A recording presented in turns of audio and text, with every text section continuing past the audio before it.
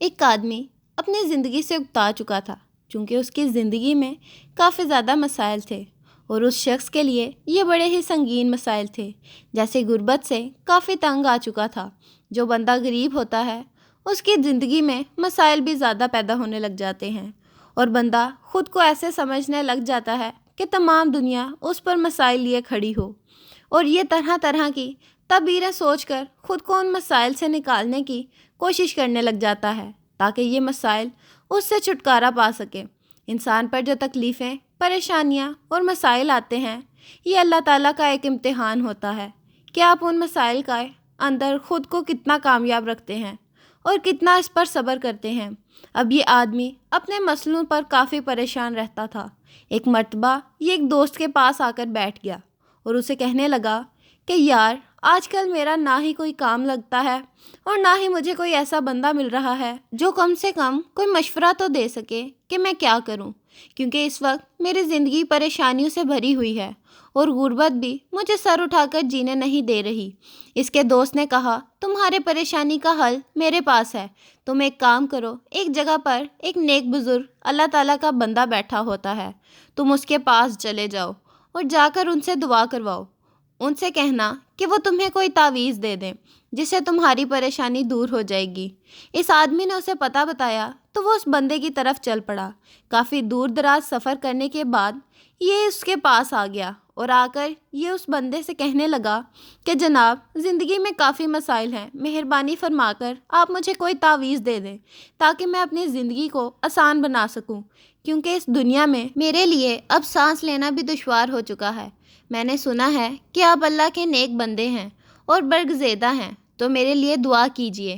اس بندے نے اس کی طرف دیکھا اور اس سے کہا کہ تم ایک کام کرو، کسی ایسے بندے کے پاس چلے جاؤ جو اس دنیا میں پریشان نہ ہو، جو پوری طرح سے خوشحال ہو، اور اس سے کہنا کہ وہ اپنی قمیض اتار کر تمہیں دے دے۔ وہ قمیض تو اس سے لے کر میرے پاس آ جانا، پھر میں تمہیں ایک ایسی چیز دے دوں گا جس سے تمہاری پریشانی حل ہو جائے گی۔ یہ آدمی اپنی جگہ سے اٹھا اور اٹھ کر واپس چلا آیا۔ اب اس سے ایک ایسے بندے کی تلاش تھی جو اس دنیا کے اندر خوشحال ہو، جس پر پریشانی نے کبھی حملہ نہ کیا ہو۔ یہ پورے شہر کے اندر پھرتا رہا۔ پھرتے پھرتے اسے ایک بہت ہی عالیشان بنگلہ نظر آیا۔ اس نے جا کر اس بنگلے کا دروازہ کھٹکھٹایا تو کچھ ہی دیر میں اس بنگلے سے اس کا مالک آیا۔ اس آدمی نے گھر کے مالک سے کہا کہ میں اس دنیا کے اندر کافی پریشان رہتا ہوں، میں ایک بندے کے پاس گیا تھا، اس نے مجھے کہا کہ کسی ایسے بندے کی قمیض لے آؤ جو اس دنیا میں کافی خوشحال ہو، اس لیے مجھے آپ کا اتنا عالیشان بنگلہ نظر آیا۔ میں نے سوچا کہ آپ کافی خوشحال ہوں گے، کیونکہ ایسا امیر گھر کوئی عام بندہ نہیں بنا سکتا، ایسا گھر تو ایک خوشحال بندہ ہی بنا سکتا ہے۔ اب آپ مہربانی کر کے مجھے اپنی قمیض دے دیجئے تاکہ میں واپس جا کر اپنا تعویذ لکھوا سکوں۔ گھر کے مالک نے جواب دیا کہ بھائی، تمہیں میرا شاندار گھر نظر تو آ رہا ہے، پر تمہیں میری پریشانی نظر نہیں آئی۔ میں نے یہ گھر اتنی آسانی سے نہیں بنایا۔ میرے ابو ساری زندگی ایک سرکاری ملازمت کرتے رہے، وہاں سے ان کی جو تنخواہ آتی تھی وہ جمع کرتے کرتے ایک طرف رکھتے گئے۔ جو ان کی پینشن ملی اس سے ہم نے یہ گھر بنایا تھا، اور گھر بناتے وقت ہمیں کافی سارے مسئلوں کا سامنا کرنا پڑا تھا۔ ہم نے اس گھر کے لیے بینک سے قرضہ بھی لیا ہوا ہے جس کی قسطیں ہم آج تک ادا کر رہے ہیں۔ اب تم ہی بتاؤ کہ اس مشکل گھڑی میں میں کیسا ہوں گا؟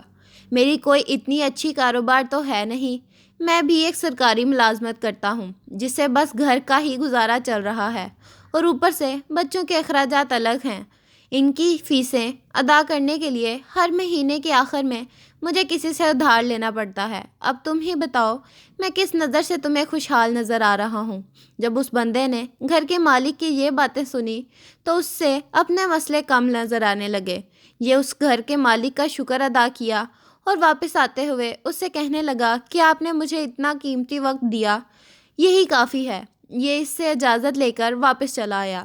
اسے اب ایک ایسے بندے کی تلاش تھی جو کسی بھی مشکل کا سامنا نہ کرتا ہو۔ اب چلتے چلتے اسے راستے میں ایک بہت ہی بڑی فیکٹری نظر آئی۔ یہاں پر کافی مزدور کام کر رہے تھے۔ اس نے سوچا کہ اس فیکٹری کے مالک کو ڈھونڈا جائے، کیونکہ یہ بندہ تو کافی خوشحال ہوگا، اس پر تو کبھی کوئی ٹینشن نہیں آئی ہوگی۔ یہ فیکٹری کے اندر چلا آیا۔ یہاں پر اس نے مزدوروں سے پوچھا کہ فیکٹری کا مالک کون ہے، تو انہوں نے بتایا کہ اس فیکٹری کا مالک دوسری منزل پر اپنے آفس میں بیٹھا ہے۔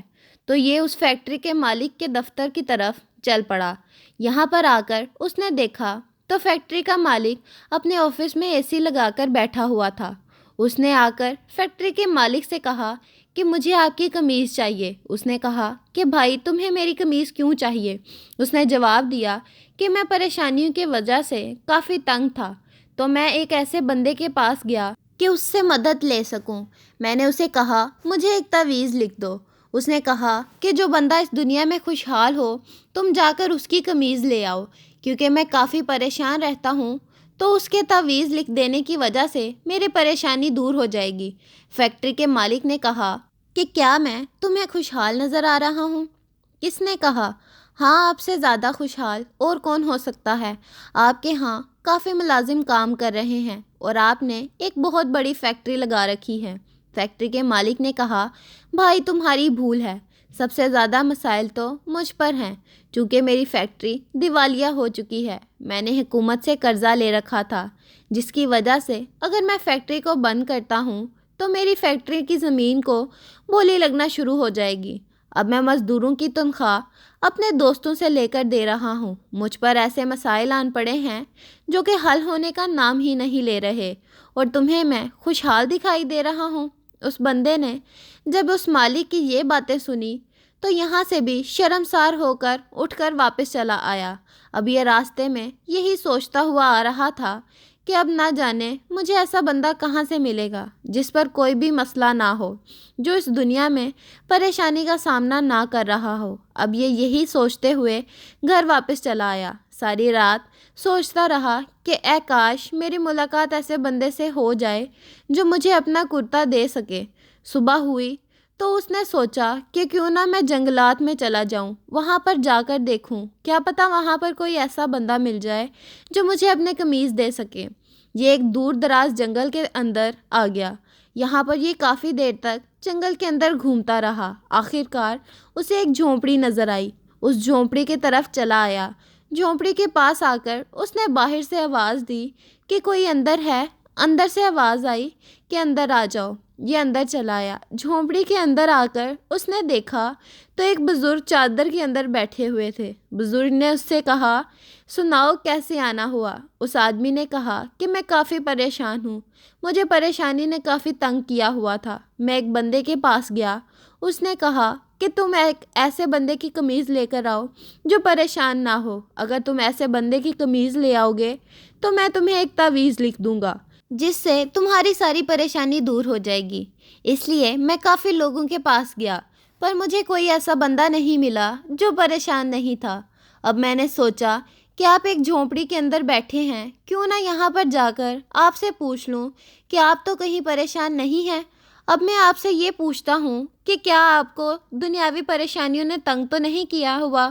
بزرگ نے کہا نہیں، تم ٹھیک جگہ پر آئے ہو، مجھے کوئی بھی پریشانی نہیں ہے اور نہ ہی کوئی دنیا کی فکر ہے۔ یہ آدمی شکر ادا کرنے لگا کہ چلو کوئی تو ایسا بندہ ملا جو پریشان نہیں ہے۔ پھر اس آدمی نے ان بزرگ سے کہا مہربانی فرما کر آپ مجھے اپنی قمیض اتار کر دے دیں۔ بزرگ نے ایک چادر پہنی ہوئی تھی۔ بزرگ نے اسے کہا میں نے تو قمیض پہنی ہی نہیں، تو تمہیں کیسے اپنی قمیض اتار کر دے دوں، کیونکہ میں نے ایک چادر ہی پہن رکھی ہے اور اس کے علاوہ میرے پاس کوئی قمیض یا کپڑا نہیں ہے۔ یہ آدمی کافی پریشان ہوا اور بزرگ سے کہنے لگا کہ یہ کیسے ہو سکتا ہے؟ بزرگ نے کہا کہ میری اس دنیا کے اندر کوئی بھی خواہشات نہیں ہیں، اس لیے تو میں خوشحال ہوں۔ ہاں، اگر مجھ پر خواہشات ہوتی تو میں خوش بھی نہیں ہوتا۔ میں اللہ تعالیٰ کی عبادت کے اندر مشغول رہتا ہوں۔ میں نے کبھی دنیاوی چیزوں کے بارے میں اتنا سوچا ہی نہیں ہے۔ بس اب تو موت کا انتظار ہے کہ کب موت آ کر ہمیں اس دنیا سے لے جائے گی۔ اس لیے انسان کو آخرت اور موت کی فکر کرنی چاہیے، نہ کہ دنیاوی چیزوں کے بارے میں سوچنا اور سمجھنا چاہیے۔ پریشانیاں تو انسان کے اوپر ایک امتحان ہوتی ہیں جس کے اندر انسان کو آزمایا جاتا ہے۔ کہ وہ کیسے خود کی ان پریشانیوں پر قابو رکھ کر اللہ تعالیٰ کا شکر ادا کرتا رہتا ہے۔ جب اس آدمی نے بزرگ کی یہ باتیں سنی تو اس کی ساری پریشانیاں خود دور ہوتی گئی۔